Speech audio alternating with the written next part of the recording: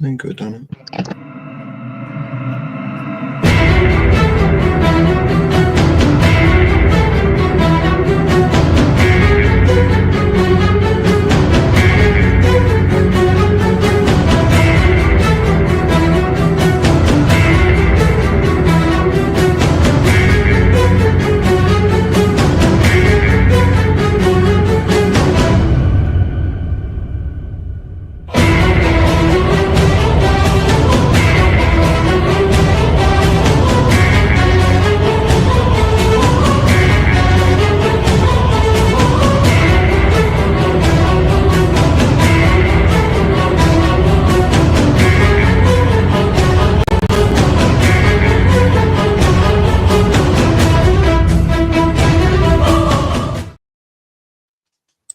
Hello, welcome to Monday Night Paranormal Live.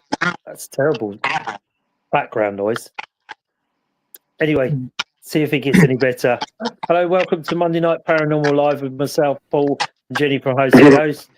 We have the Jack from South Coast Coast and Julia for Paranation Ghost Hunting events. So it's just us for now. Luke might pop in. You never know her luck. So Luke with the conversation. So at the weekend, we didn't have any ghost hunts, so we all had a bit of a rest and a recharge.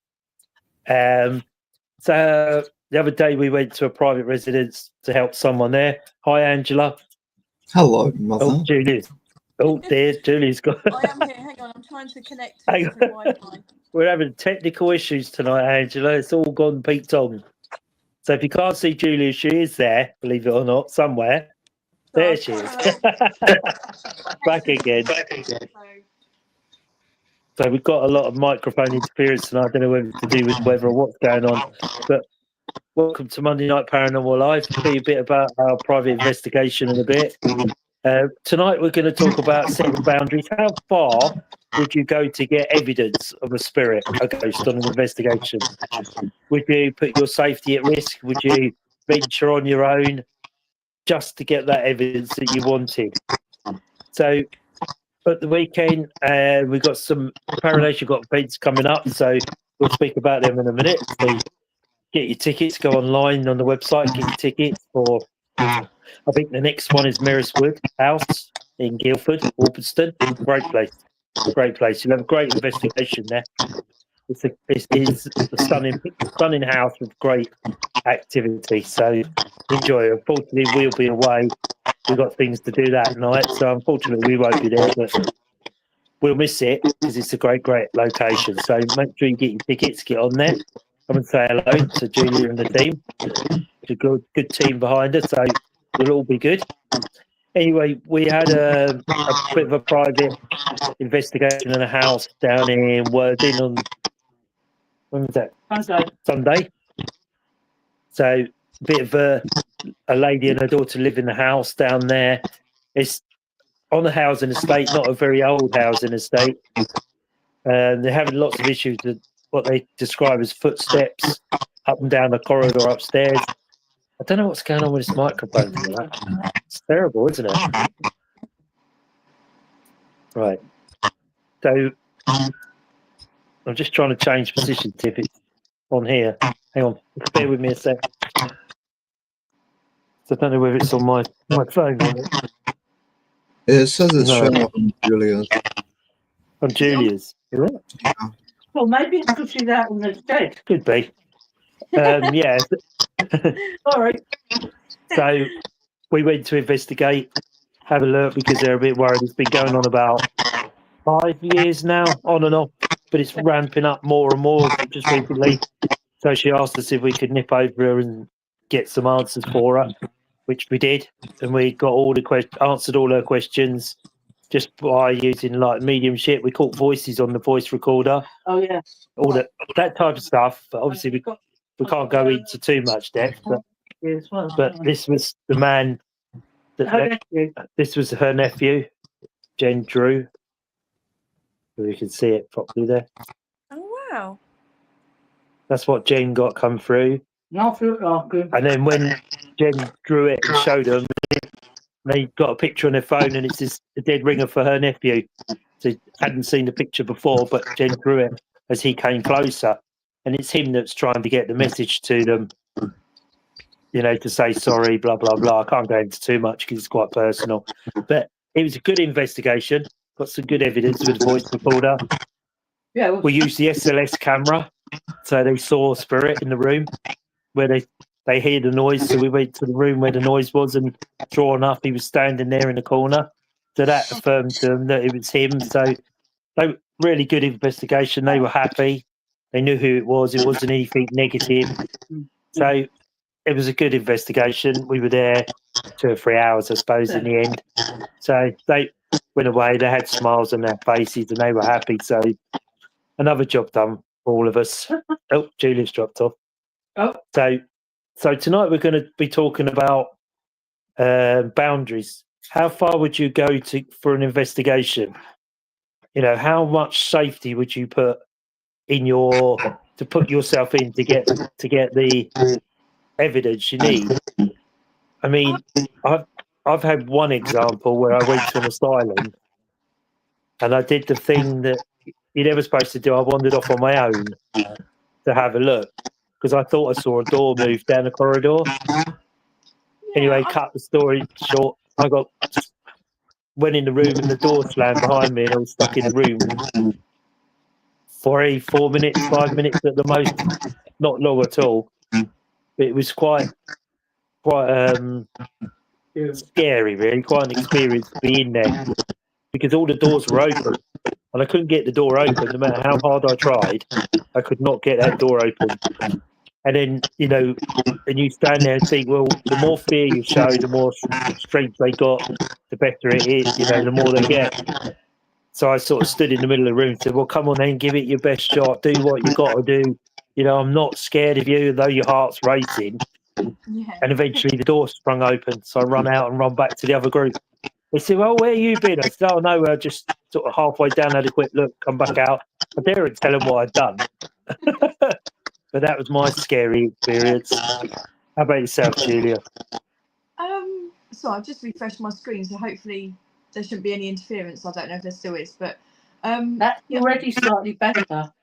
is it? Oh, yeah, it might be my phone. I'm not connected to the internet, so it could be my phone reception. I think my most recent one is when I did the RAM a few months ago. Oh, yeah. Just showing some people to the toilet, came back, guiding them back downstairs, and a door just opened. And there was no one there. That was caught on camera. But as to how far I'd go, hello, how far I'd go, I don't know, because it's all to do with the fear factor, isn't it? And you say, oh, I'd go all the way, I'd get the spirits, I'd get the best footage, blah blah blah. But when you're actually down a tunnel and you're the only one down there, and you've got footsteps coming towards you, I know there with one other person on a few occasions where we've had footsteps coming up behind us, and they just want to run.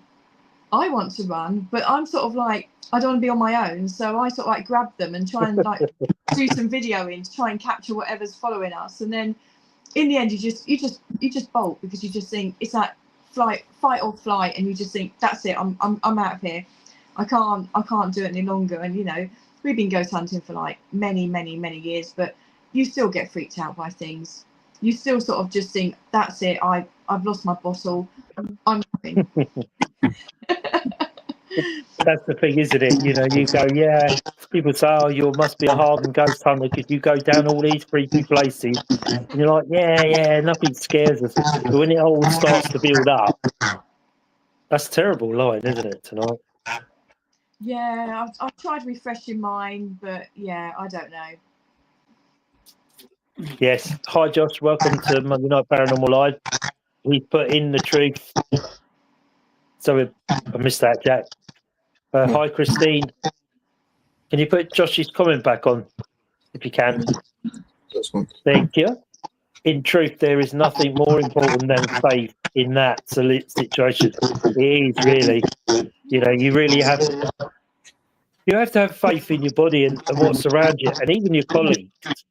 you know, because sometimes you don't feel the fear, but someone else does. You know, we have a colleague that comes with us. I just call her the Scream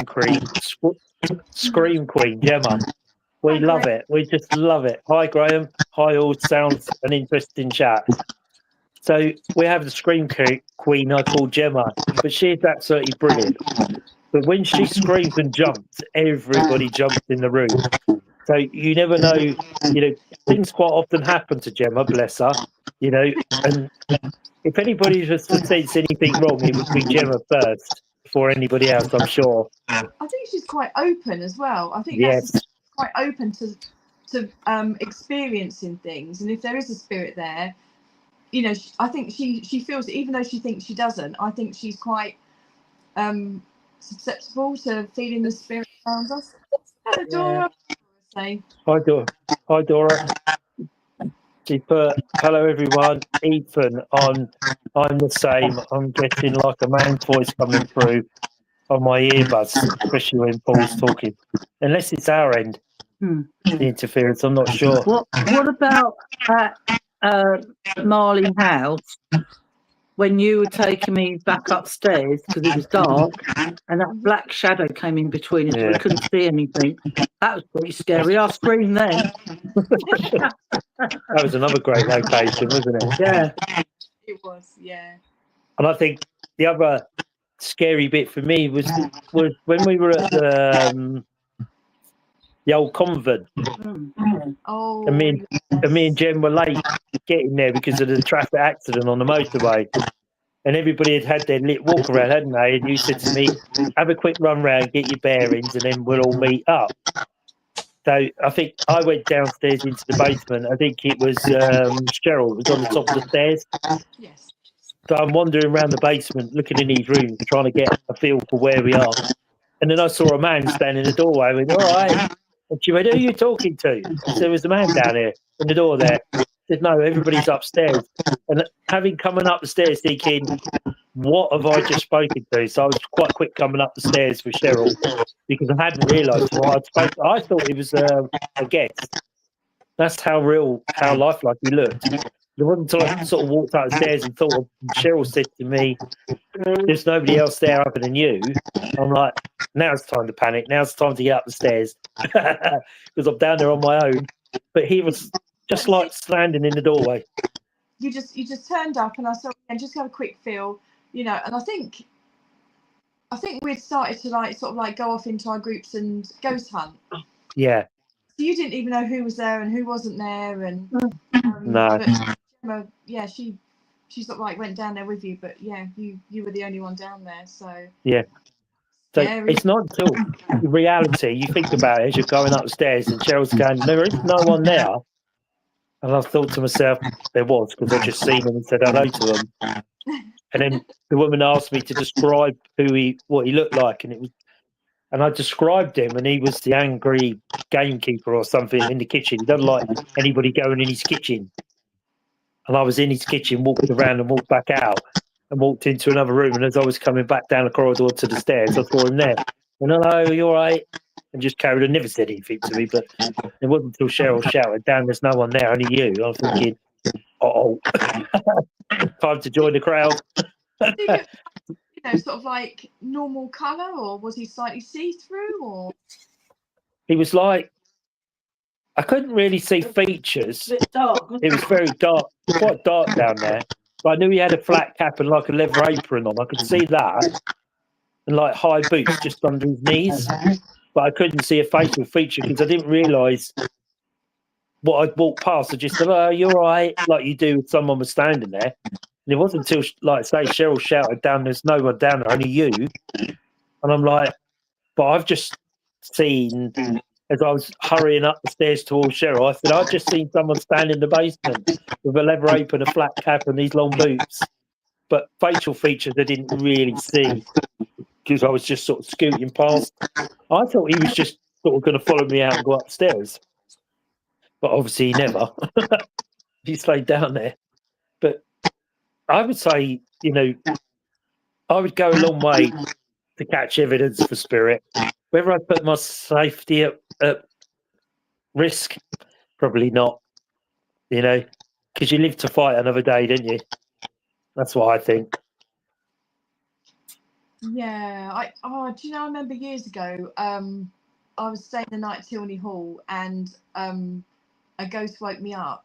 I know it sounds bizarre, and I could see him standing right through the bed, and I could just sort of like see. And this was way before ghost hunting, way before ghost hunting, and I could sort of like see sort of like you know, his hips and down, and his shoes and everything.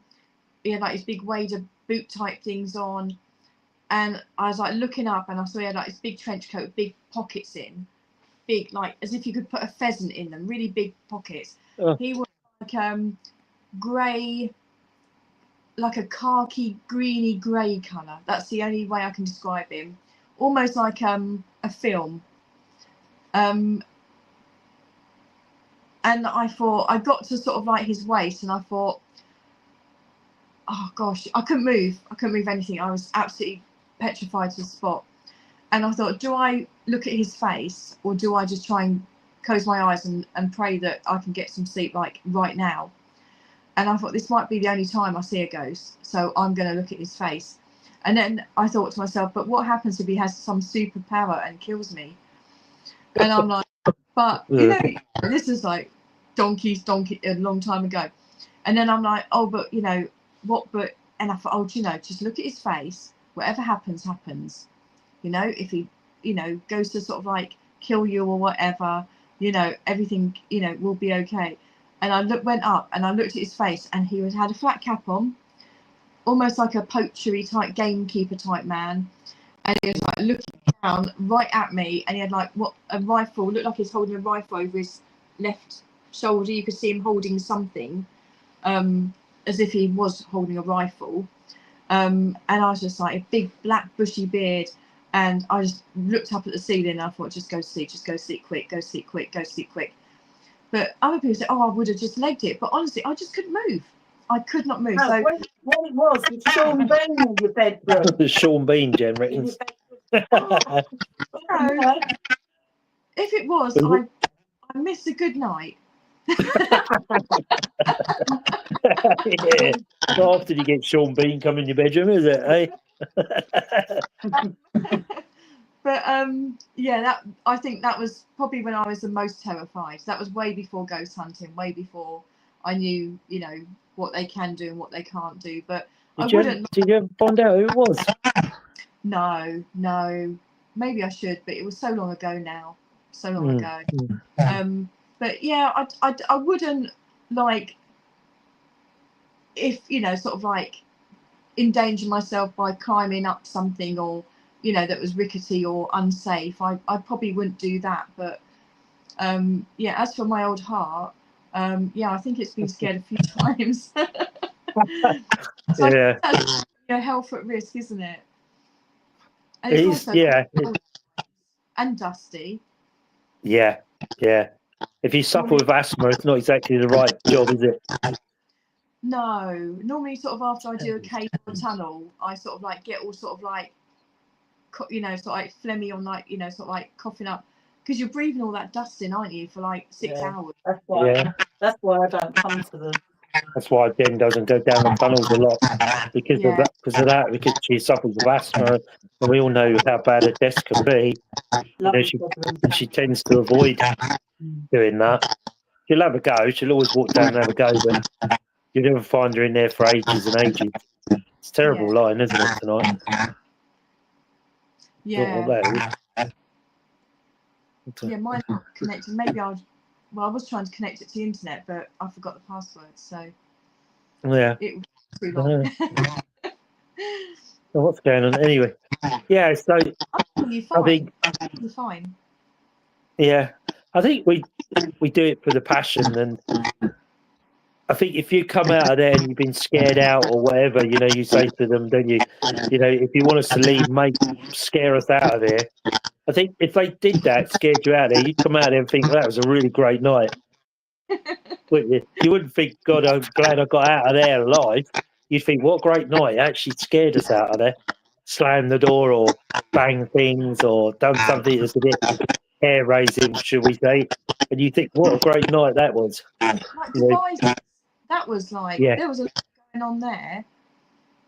And I think we were in the ballroom, and when we came out of the ballroom, it was sort of like almost like a relief to get out of that room, because we had, you know, so much going on with this lady, and the things that she was saying was so intense.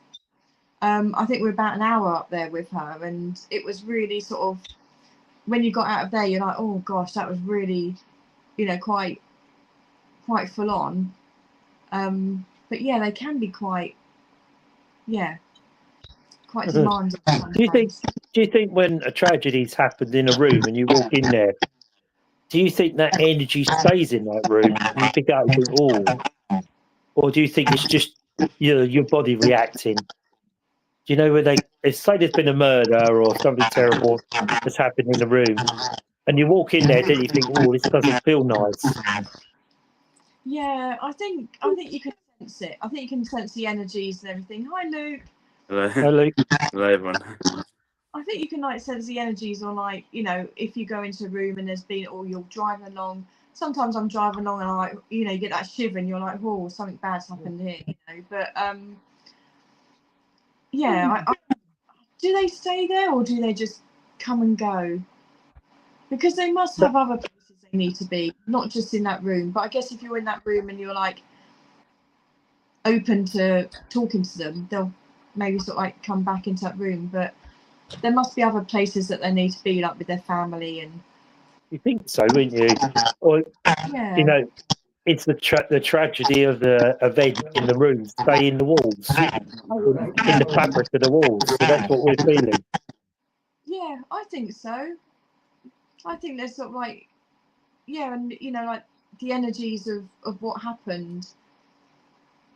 I think, you know, that also stays in the room.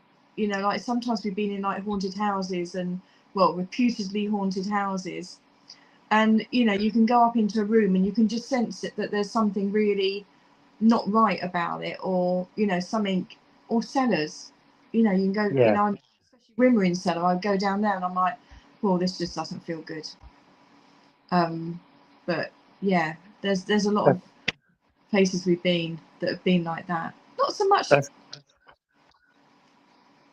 That's the one you were down with Gemma, wasn't it? Yeah, and she said, and I said to her then, I said, I think you're open to feeling if there is a ghost there, because we were doing something beforehand, and I thought, oh, what we were doing beforehand with the glass and everything, maybe that freaked her out. And we were going down. I said, let's go down to cellar. Going down the cellar, I was in the front, she was behind. There's me, forever with my camera in my hand, videoing it, going down the stairs. And I panned round, and Gemma was behind me. She said, I don't like it down here. I'm going to go back. And I was like, you know, you think, oh, really? We're down here looking for a ghost, you know. And she goes, no, I'm sorry, I can't stay. I'm going. She goes, I don't feel right down here. And I literally just panned like that, probably about 3 or 4 times.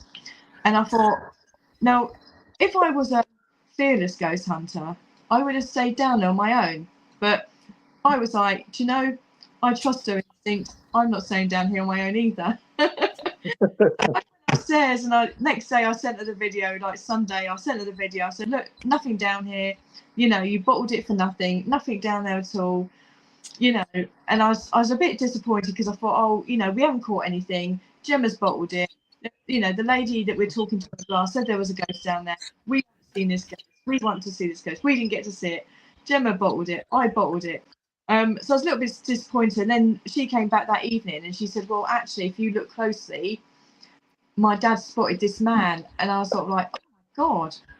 And there was a man sort of like holding a bag, and he's like 1, 2, 3, and he started walking forwards into a wall. And I was like, that's why she felt him down there.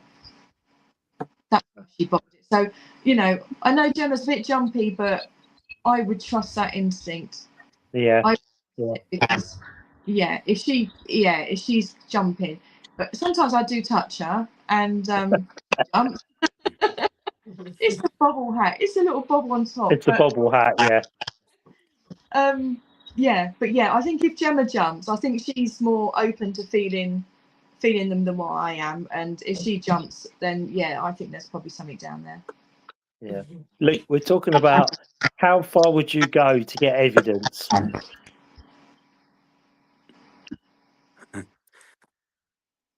Don't know. What do you mean, how Safety. far?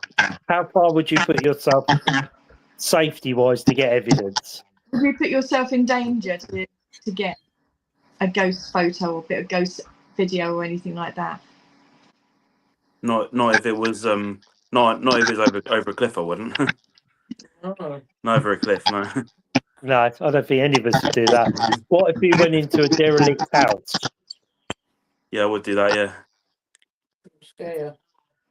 But how far would you go? Would you go there on your own? Would you wouldn't go in, or would you walk around the outside thinking, "No, I'm not going in there"? I'd get someone to go with me. I think. You would. Yeah.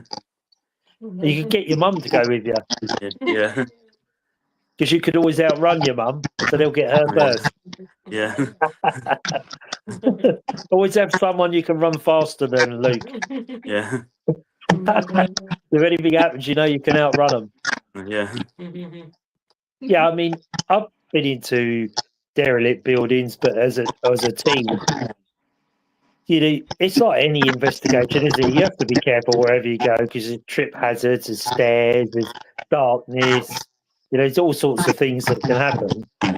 You know, and the biggest issue is that we hear a noise, we're looking at the end of the torch, we're not actually looking down where we're walking because we're so concentrated on seeing something at the end of that torch, or you feel something is not right, so you're constantly looking at the end of the torch. But how often is it you actually look down and you just don't see it, do you? You know, I've tripped over a few things. Just so busy looking at the end of the torch. You know, it's just one of them things. You just want to get that evidence or something to say, and even if you just get one in the night, it's, you know, like with the EVPs or, you know, a good piece of like ghost footage. Hi Ben. Hi Benjamin. It's my nickname. But yeah, it's yeah. I think I don't really sort of like do many sort of derelict buildings anymore because of the safety and everything, and you just don't know, do you, what's, you know, what the hazards are. Whereas, you know, the events that we do, or, you know, all the outdoor ones that we do are, you know, they're quite safe structures, aren't they? So yeah. Also, like derelict buildings, you don't actually know who's been in there and conjured up what, do you? Yeah, but then I guess you could say that on, you know, any sort of like paid events we do, because, you know, True. I was talking to somebody the other day and they said there's a lot of amateur groups that have popped up recently. So you don't really know what they've been doing or how they go about things, and we're respectful, aren't we? We're not those sort of people that would say anything, you know, like go out of our way to like conjure up some sort of demon or Satan or anything like that. You know, we're just trying to find out who haunts that building. So Yeah. but you don't know what people have done before, do you? No. I mean, some locations that we go to, you know, that are free to us, a few times we've been there and we've all said, oh, what's happened here? Something's not quite right here. You know, and we don't know what we're walking into because obviously you can't see what you're walking into. But sometimes you feel it, then you think, what's happened here? This is different from last time.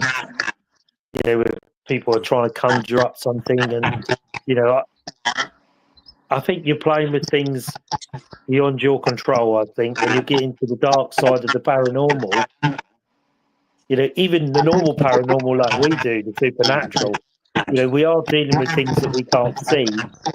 Very rarely do we see them or hear them. With the dark side of the paranormal, where you can get scratched and all sorts of bites and all sorts of things happen, why would you want that to happen? You know, I never understand some of these TV programs that come on, you know, scratch me, bite me, push me down the stairs, you know, and I'm thinking, You're trying to deal with something that's more powerful than you, but you can't see. You know, so I often wonder what we do walk into sometimes. Hi, Gemma. I always sounds like a fourth member, a man trying to get through. Yeah, we don't know what's up with the Don't know what's going on. No, I can hear it. Yeah. Spirit, is that you? Do you want to talk to us?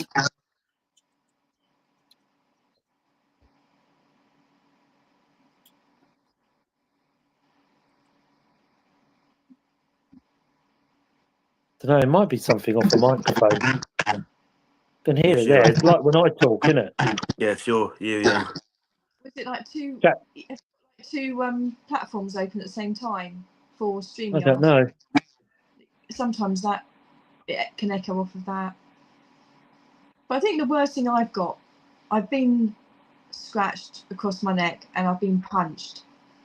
Wow.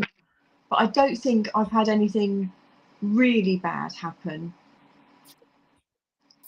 Not as far as I can remember. No, I don't think I have either. I'm I'm just going to check my settings. But yeah, I haven't had anything really bad happen. Oh, stones. Yeah, stones thrown.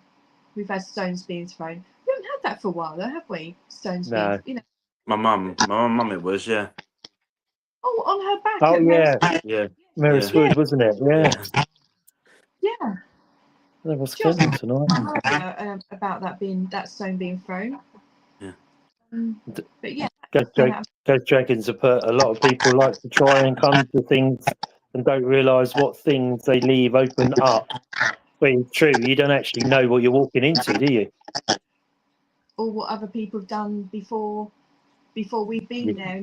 And, you could get people, that don't really understand what they're doing, and let's try and, get this and get that, and I remember I did Arundel Jail many years ago, and that was a very tiny place, but the intensity of the haunting there, there's a lot of ghosts in there, a lot.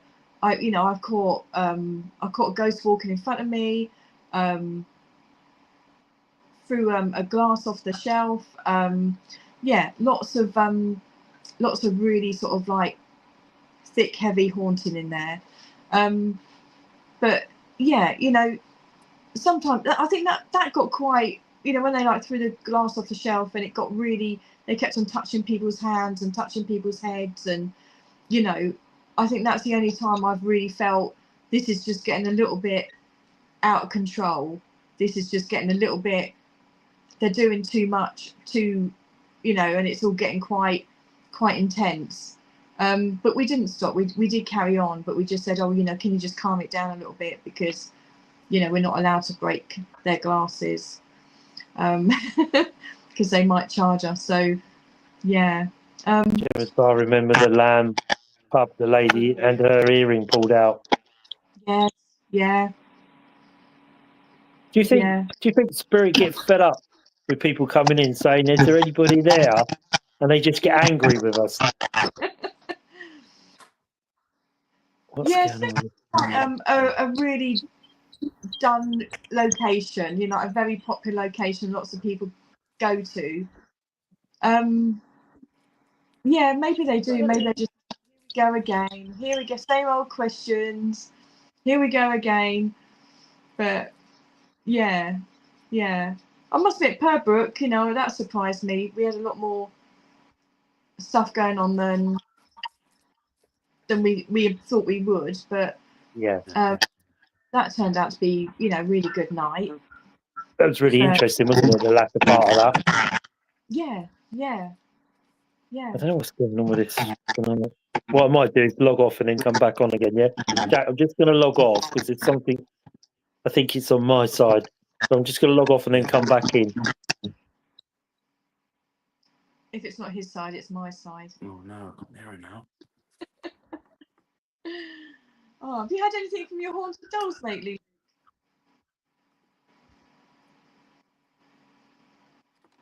Sorry, I can't hear no one speaking. Oh, have you had anything from your haunted dolls lately? He can't hear me, can he? That's better. Your haunted dolls, have they done anything lately? Don't think that. I think the cat did it. I think a cat ball fell over the other day. Oh right. Did it go off? No, it wasn't a cat ball. Actually, it was a light, as like a little circle light, and it fell off the doll. Oh, okay. Try that. See if that works.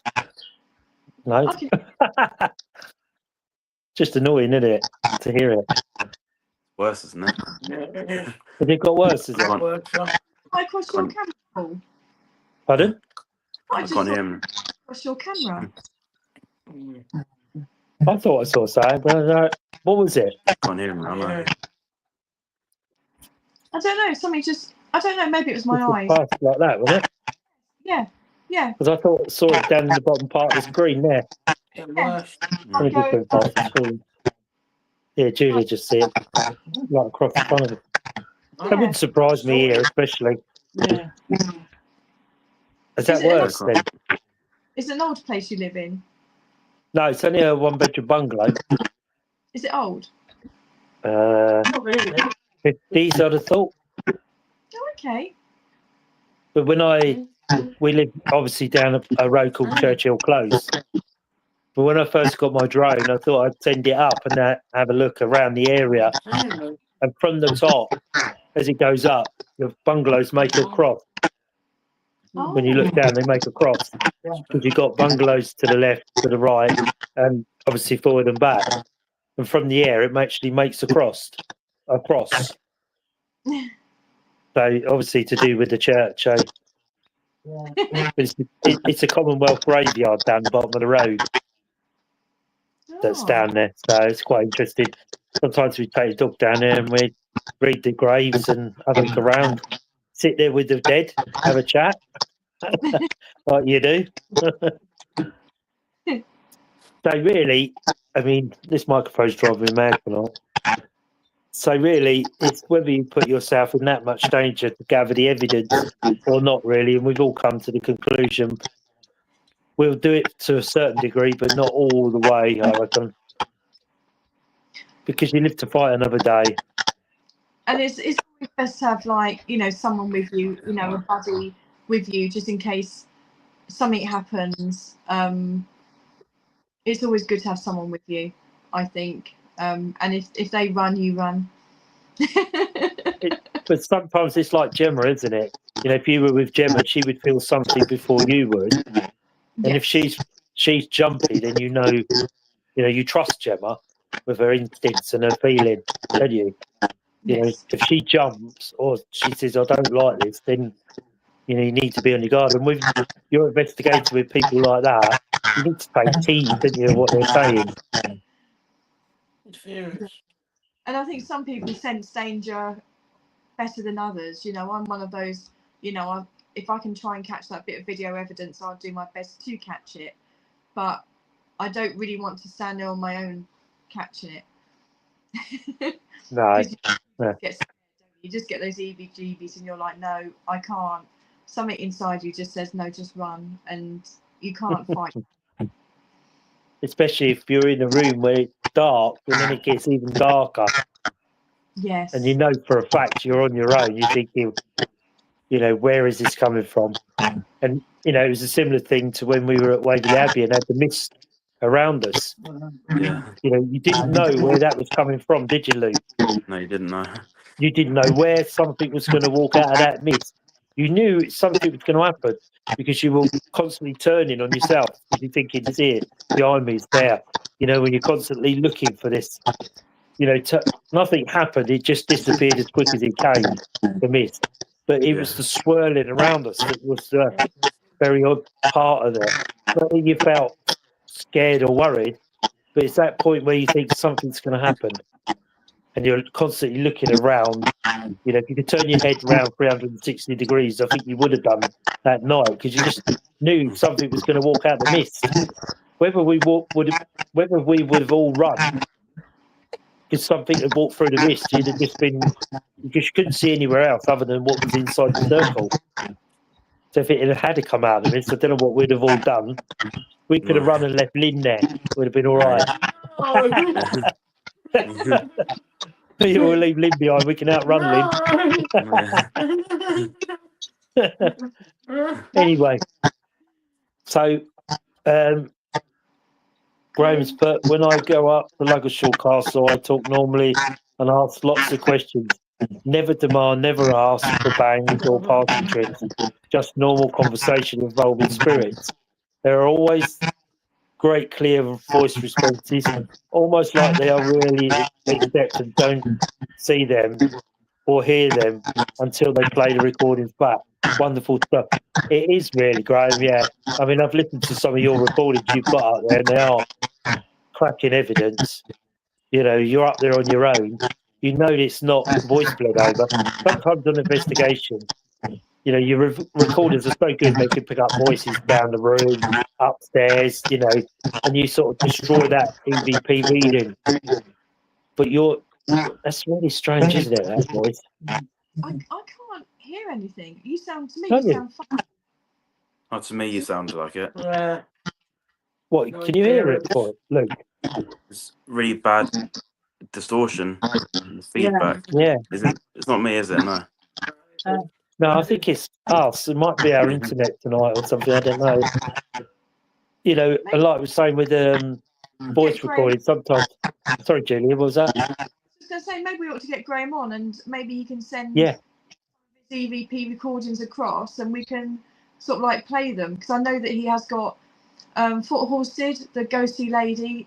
That was probably one of my most chilling things I've ever heard Graham, you know, produce with his EVP recorder. Yeah, I think it might be a nice idea to maybe have Definitely. Graham come on as a guest speaker again, and Definitely. his EVPs. That'd be great. Graham will be in touch. So start stacking up your EVPs, mate. Come on the Monday Night Paranormal Live, and then we can send it to Angela or Jack, whoever's at the helm, and they can play them out, and you can explain them or explain the situation and how you got it. So that will be interesting. So we'll be in touch soon, Graham. For you to come on, listen to some really great evidence. You know, let people have a listen to it. But you get some great evidence from up there. You know, he sends them to me and I listen to them, and you can hear it. You just can hear the voices. You know, if he's up there with his dog on his own, and they just, I don't know. They must like you. You must have a good conversation up there. You need to take the newspaper up there and read to them. Maybe it's his calm nature and just, you know, the way he approaches. You know, Graham's quite respectful. He's not demanding, as he says. He just has like a normal conversation, and yeah, you get some really good stuff. So we'll be in touch soon, Graham. Get you on here, as long as that's all right with you. Bring, you know, send us some of your recordings, and we'll stick them on here, and we can all have a listen, see what we can hear, and then you just, like we say, explain the situation. Right, we said we keep it short tonight because we obviously got bits to do. Julie's got to get back in. Luke's just woken up, so he's on the night shift tonight. No, I've been out. What you done, mate? I was at the chip shop earlier. Chip shop. I had a paranormal experience. I think I'm not too sure. What, in the chip shop? No, in the tunnel under the You railway bridge tunnel. You didn't get battered by a ghost, did you? No, I saw a shadow figure. Where did you see that? So it's old railway bridge. You walk under it. I saw like these two like shadow legs. I thought someone standing under there, but there wasn't. And when I got to the tunnel, there's no one there. And there's no one down the alleyway either. We'll have to investigate. Did you record anything with your new recorder or your phone or anything? No, I'm going to wait for the voice recorder to come. Then we'll do recordings under there. Bring it to the next one I'm on. I'm not on Merris Wood, but when the next one, bring it with you. And we'll just take my settings and drop them on yours. Oh, yeah. Because there's like anti-rustle and knocked out the white noise and all of that type of stuff. Yeah. So you need to set all that up. We'll do that together. That's interesting. So do you know anything that's happened there, Luke? Not too sure. It's just like a bridge, really. The train goes over it and you just walk under it like a massive like archway. Yeah. Ghost Dragon Investigations just put on there. They went to the tank room and had a really interesting night in the tank room at Norton Fall. So that was interesting. We got some great video from there. What we'd left in there, and myself, Luke, the boys from Abnormal Paranormal were in there, weren't we, Luke? There's bangs and all sorts of things going on there when we first went in there. I think your mum was with us as well, wasn't she? Yeah, she was. You ran away, yeah. That was when we was all trying to run out the door, wasn't it? Yeah. That was a hell of a bang, wasn't it? Yeah. But that was a great place to investigate. No, someone go, Mum. Yeah, on the video. You'd see the shadow go past the video, didn't you? And then it blacked out, and then you hear, Mum! In the background. The tank room was great. The whole investigation I enjoyed there. It was a great place. Great place to have a venue. Big, airy, you couldn't really hear people around you. It was great. We had a great night there. Right, if there's any other things there, Jack? This microphone's driving me mad tonight. Yeah. The echo inside the water tank is incredible. Yeah, that was just insane. Because I think we were standing there very late on in the evening, and we heard the scratching, Julia. Do you remember? Yeah, it almost sounded like somebody with a lot of, let's say, chest hair, giving it a really good scratch. That's what it sounded like. We'll go for chest hair. Yeah. But yeah. But the family show. Did you say you heard a woman in it? Wait, very early on, myself, Luke, I think Lynn was there, and Abnormal Paranormal. We had a bang on what would sounded like a woman's voice earlier. So what we did was I left the camera in there and went away. We just left the camera there, and that's where that recording comes from, where you hear, Mum, because the microphone was on all the time, but there's no noise. And then there's like a type noise, and then you see the shadow go across, so you can't see anything, and then you hear the voice. But we did hear something earlier on, and then obviously we went back later, and it's when we were standing there. I don't know, 5, 6 of us standing there, and we heard the scratching noise. But even someone else said they'd been down there, and there was something moving around in the very bottom corner over in the right-hand side as you stand on the platform. So very, very interesting place. Very interesting. Right. This microphone's driving me mad tonight. So it's going to be short because obviously Jack's there, and myself and Julie got bits to do. Luke, you came on a bit late, so it's a short night for you, mate. Yeah. So we'd just like to say thank you, Angela. Have a great time if you're watching us and can't comment or whatever. Have a great time, and we'll speak to you soon. Enjoy your sailing. Jack, have you heard from Mum? No. That's a no then, is it? no news is good news. Have you changed the locks on the house now, Jack? He's gone. No. Yeah, give you an idea, isn't it?